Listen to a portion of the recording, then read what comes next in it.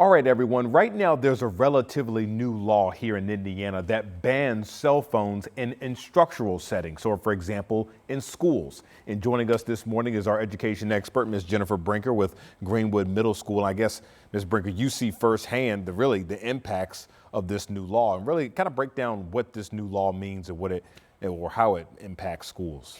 Yeah, so essentially it is banning cell phones from the use, like you said, during any instructional time.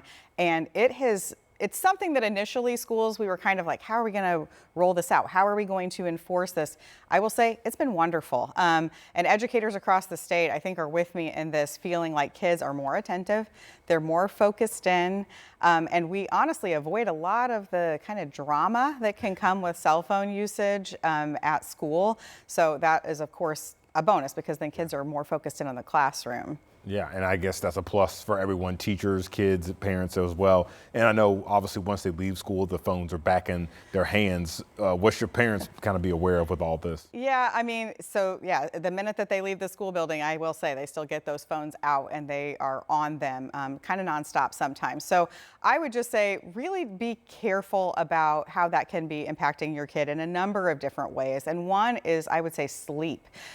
Kids who are sleeping, think about adults sleeping with your phone on your nightstand.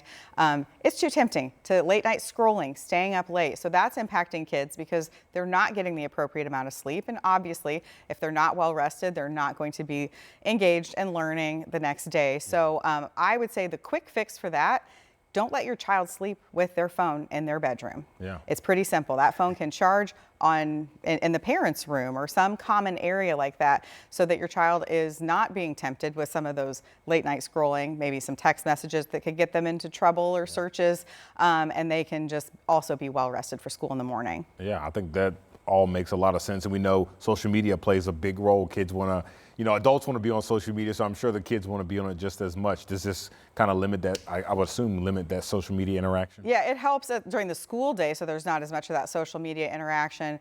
But again, like parents, we have to continue to be diligent. And I know we can all fall in the trap of thinking, I have a good kid, they don't get into a lot of trouble, they're probably fine. I always say you wouldn't hand them keys to a car without teaching them how to drive that first. A phone, or that is a very, very potentially dangerous tool that kids could be using. So they need a lot of instruction.